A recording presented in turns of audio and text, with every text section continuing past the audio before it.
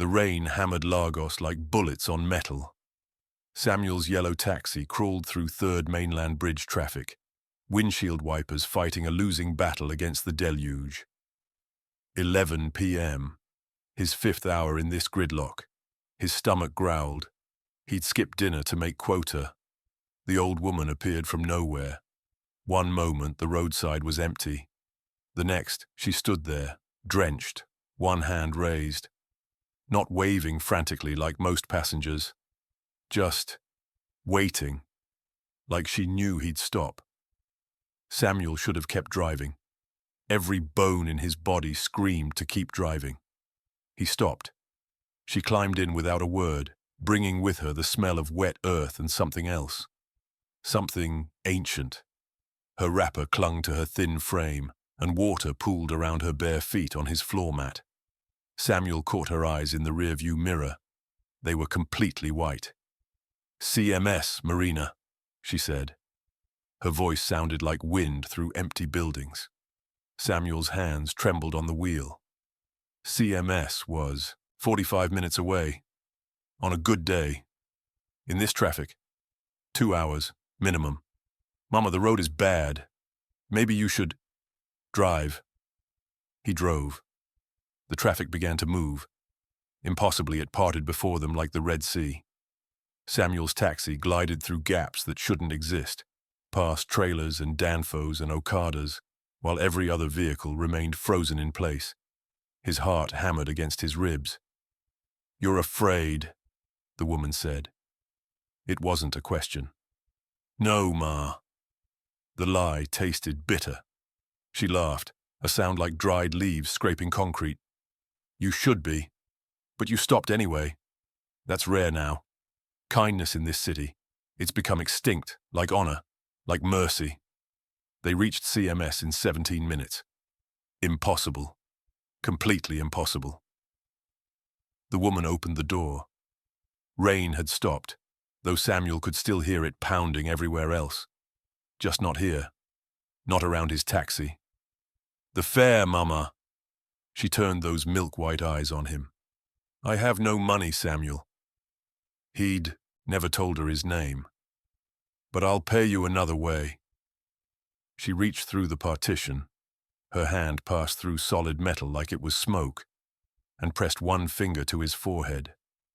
Fire exploded behind Samuel's eyes. When he could see again, she was gone, and nothing would ever be the same. Samuel saw her destiny first. The woman in the red dress flagged him down at Lekki Toll Gate, 6 a.m. sharp. Beautiful, confident. Her perfume filled the taxi. Expensive, foreign. She typed furiously on her phone, laughing at something. "Ikoyi," she said, not looking up. Samuel pulled into traffic and saw it. A golden thread, shimmering in the air, extending from her chest into the distance. It pulsed with light, alive, leading somewhere specific. Without thinking, he followed it. The thread led past Ikoyi, past Victoria Island, straight to Lagos Lagoon. "Wrong way," the woman snapped. "I said Ikoyi. Are you deaf?" But Samuel couldn't stop. His hands moved on their own, following. The golden thread that she couldn't see. It ended at a specific point on the bridge. The thread turned blood red. In his mind, clear as film. Her car spinning. Metal screaming. Water rushing through broken windows. Her red dress billowing as she sank. 3 days from now. 7:43 a.m. Samuel slammed the brakes. They were still 20 minutes from that spot on the bridge. "What is wrong with you?" The woman's voice cut like glass. "You're trying to kidnap me? I'll call the police. Don't take this bridge Thursday morning," Samuel said. His voice didn't sound like his own. "Any bridge. Stay home, or take the ferry. Just don't. You're insane." She threw money at him and bolted, heels clicking against asphalt as she fled. Samuel watched her go, the red thread pulsing like a warning siren only he could see. He'd tried to save her. That had to count for something. Right? The boy couldn't have been more than 19. skinny, wearing a faded Unilag t-shirt, carrying books, held together with rubber bands. He climbed into Samuel's taxi at Yaba Market, avoiding eye contact. "Jibowu," the boy mumbled. Samuel saw his thread immediately. Silver. Vibrant, but forked, splitting into two distinct paths about a mile ahead. One path blazed white-hot, ascending. The other plunged into darkness so complete it hurt to look at. "What's your name?" Samuel asked. "Tunde." Suspicious. Wary. "You're a student." "So?" Samuel gripped the steering wheel tighter. The fork was approaching. He could feel it. "You're going to make a choice today. A big one." Tunde's head snapped up. "How do you—" "I don't know what the choice is," Samuel continued, speaking faster now. The fork was 3 blocks away. 2 blocks. "But one path destroys you. I can see it, Tunde. I can see you in Kirikiri prison. I can see your mother crying at your trial. I can see you at 40, still behind bars, still broken." "Stop the car." Tunde's voice shook. "The other path. God, Tunde, it's beautiful. I see you graduating. I see you in a lab coat. I see you changing lives, curing diseases. Your mother crying again, but from joy this time." 1 block. Samuel stopped. They'd reached the fork. In the physical world, it was just an ordinary intersection. Left or right. Simple. But Samuel saw the truth. Left led to a house where Tunde's friends waited with a plan. A robbery, maybe worse. Right led to the university, where a professor Samuel could almost see was waiting to offer Tunde a research position. "How?" Tunde's eyes were wide, terrified. "How do you know these things?" "I was given a gift," Samuel said quietly. "Or maybe a curse. I see where people's choices lead, and yours right now leads 2 very different places." Tunde sat frozen. Then slowly, he pointed right. "University," he whispered. "I was supposed to. They said it would be easy money. Said nobody would get hurt." Tears streamed down his face. "I need money so badly. My mother is sick." "The fees." "I know," Samuel said, though he didn't. But he could see it in the silver thread, how it trembled with desperation and love. "But that path ends in darkness. Trust me." Tunde nodded, grabbed his books, and climbed out without paying. Samuel didn't care. He watched the boy walk right, toward campus, toward light. The silver thread blazed brilliant white. Samuel's first save. His chest swelled with something that might have been pride. Then he saw the businessman. Chief Adebayo was everything Tunde wasn't. Expensive agbada, gold rings on every finger, phone calls in rapid succession, barking orders about millions of naira. His thread was black, not red like danger, not silver like choice. Black. Fixed. Immutable. Samuel had picked him up from a hotel in Ikeja, destination unknown. Chief kept changing his mind, extending the journey, making calls. But the black thread led to only one place. Mile 2, cemetery. Tomorrow. 4 p.m. In Samuel's vision, Chief's body in a casket. Weeping children. A wife who looked relieved. And something else. Shadowy figures Samuel couldn't quite make out, standing behind the family. Waiting. "Take me to Festac!" Chief barked. Samuel tried to turn away from the black thread. His hands wouldn't obey. The taxi drifted toward mile 2 like a boat caught in current. "I said Festac! Are you stupid?" "Chief," Samuel's mouth was dry. "You need to change something. Whatever you're planning, whatever deal you're about to make." "How dare you?" Chief's voice dropped to a dangerous whisper. "You're listening to my calls?" "No, I can see. You can see nothing. Drive where I tell you or—" The vision hit Samuel like a physical blow. Chief in his mansion. A drink in his hand. Whiskey, his favorite. his business partner smiling, toasting. The drink was poisoned. Chief would be dead in 6 hours. The shadows behind his family at the funeral weren't mourners. They were the people he'd betrayed, cheated, destroyed. They were waiting for justice. "Don't drink anything tonight," Samuel said desperately. "Especially not from your partner. Chief, please." The slap came without warning. Chief's ring split Samuel's lip. "Let me out, now." Samuel stopped. Chief threw money at him. Too much, as if the extra naira could buy back dignity, and stormed away. The black thread followed him. Unchanging, inevitable. Samuel drove home with blood on his chin and a terrible truth crystallizing in his mind. Some destinies couldn't be altered, only witnessed. 3 weeks, 47 passengers, 23 threads he could read.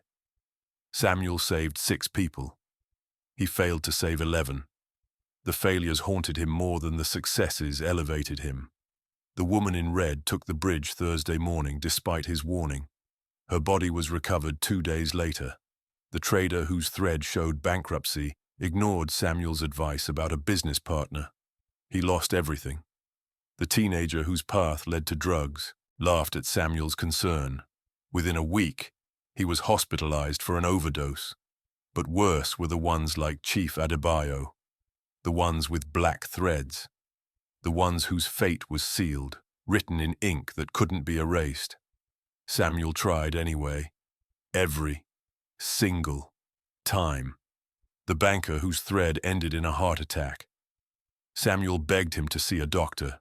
The man dismissed him as a fraud. Dead in 3 days. The bride-to-be whose thread showed her groom's betrayal. Samuel hinted at the man's other family. She called him a liar trying to ruin her happiness. Wedding cancelled in 2 weeks when the truth emerged anyway. The politician whose thread led to an assassination. Samuel tried to warn his security. They threatened to arrest Samuel for making threats. Shot dead at a rally 4 days later. Samuel stopped eating, stopped sleeping. His wife, Blessing, watched him waste away with growing alarm. "What's happening to you?" she asked one night, finding him staring at nothing. Tears streaming down his face. "I can see them, Blessing. All of them. Their futures, their choices, their ends." He turned to her, and she gasped at what she saw in his eyes. "And I can't save them. I can't save most of them. I'm just watching, witnessing, like some kind of cosmic voyeur forced to watch people destroy themselves." "Then stop," she said simply. "I can't." "Why not?" Because the old woman had given him a gift, or a curse, and he was beginning to understand which. Samuel found her at the same place he'd picked her up. 3rd Mainland Bridge. Midnight. Rain pouring exactly like before. She was waiting. "You want to give it back?" she said as he approached. Not a question. "Yes." "Why?" "Because it's torture." Samuel's voice cracked. "I see them dying, falling, breaking, and I can't stop it. I can only watch. What kind of gift is that?" The old woman tilted her head. Her white eyes caught the streetlight, glowing. "You've saved 6 lives. I've watched 11. People die." "You've witnessed," she corrected. "There's a difference. Those 11 were always going to die, Samuel. Their threads were black. Fixed. Nothing you or anyone else could do would change that. But you bore witness to their final journeys. You saw them. You acknowledged their existence. Do you know how rare that is? How precious? I don't want to be precious. I want to be normal. You stopped for me when everyone else drove past," the woman said softly. "You gave kindness when you had nothing to gain. That made you special. Worthy. Worthy of what?" She smiled, and Samuel finally understood what she was. Not an old woman. Not human at all. "I am the keeper of stories," she said. "I collect the forgotten tales of this city. The lives that end unseen, unmourned, unremembered. I need someone to help me. Someone who can see. Someone who cares enough to look. Samuel stepped back. No. You've already accepted, Samuel. The moment you stopped your taxi, you accepted. The question isn't whether you'll do this. It's whether you'll do it willingly or fighting every step. And if I refuse, then you'll spend the rest of your life seeing threads you can't influence, deaths you can't prevent, knowing you could have given their stories meaning. You'll see them die alone, forgotten, as if they never existed. She moved closer, and Samuel realized she wasn't walking. She was gliding, floating. Or you can help me. Collect their stories. Remember them. Speak their names. Give meaning to their ends. Her hand, neither warm nor cold, just present, touched his chest. You can turn witnessing into honoring. Transform your curse into their legacy. Samuel thought of Chief Adebayo, dying alone from poison, the woman in red, drowning unseen, the politician, assassinated in a crowd that would forget him by tomorrow. All those black threads, all those unchangeable fates, all those forgotten stories. What do I have to do? He whispered. Samuel's taxi became a confessional, a sanctuary, a witness stand. The passengers with black threads no longer filled him with dread. Instead, he talked to them, really talked, drew out their stories, who they were, who they'd been, what they'd loved and lost and dreamed. The banker with the doomed heart told Samuel about his daughter's first steps, taken in a garden 20 years ago. The bride-to-be shared her grandmother's recipe for jollof rice, sworn to secrecy, now entrusted to Samuel. The politician described the village he came from, the poverty he'd escaped, the people he'd failed to bring with him. Samuel collected their stories like precious stones. At night, he wrote them down in a journal the old woman had given him, a book that never ran out of pages, never wore out, never aged. And when they died, when their black threads reached their inevitable ends, Samuel attended their funerals. He stood in the back, unknown, unnoticed, but he was there, bearing witness, remembering. The woman in red's funeral was crowded with business associates who checked their phones throughout the service. But Samuel remembered her laugh, the way she'd talked about her nephew's graduation, the hope in her voice when she mentioned starting a charity. He wrote it all down. Chief Adebayo's funeral was a spectacle of false grief and political maneuvering, but Samuel remembered the chief's midnight confession about his first business, a small kiosk, and the partner who'd believed in him, long dead, never repaid for that faith. He wrote it down. One by one, Samuel collected Lagos's forgotten stories. The taxi driver who'd witnessed a coup, the grandmother who remembered when Ikoyi was farmland, the street sweeper who'd once been a professor, the prostitute who wrote poetry. All of them had black threads. All of them died. All of them lived forever in Samuel's journal. "You look different," Blessing said one morning. Samuel caught his reflection into the rearview mirror. She was right. The haunted look had faded. His eyes held something else now, something almost like peace. "I understand now," he said. "The old woman didn't curse me. She freed me." "Freed you to do what?" "To see what everyone else misses. This city, this Lagos, it's full of invisible people. They live, struggle, dream, die, and nobody notices. Nobody remembers. They're just statistics. Traffic, crowd." He touched the journal in his glove compartment. "But I see them, I hear them, I remember them." "And the ones you save?" Blessing asked. "The silver threads?" Samuel smiled. "Those are bonuses, gifts. 6 lives changed because I was paying attention. But the others, the black threads, they matter too, maybe more, because I'm the only one who knows their whole story." That night, he picked up his last passenger. A young girl, 16 at most. School uniform, eyes red from crying. Her thread blazed silver with the brightest fork Samuel had ever seen. One path led to home, family, healing. The other led to a bridge and dark water. "Where to?" Samuel asked gently. "Anywhere," she whispered. "I don't care anymore." Samuel saw her story in the thread. Bullying, betrayal, a viral video. Shame that felt like drowning on dry land. He also saw the other path. College, a career helping other bullied kids, a family of her own. Joy, purpose, life. "What's your name?" he asked. "Does it matter?" "Yes," Samuel said firmly. "It matters very much. Every name matters.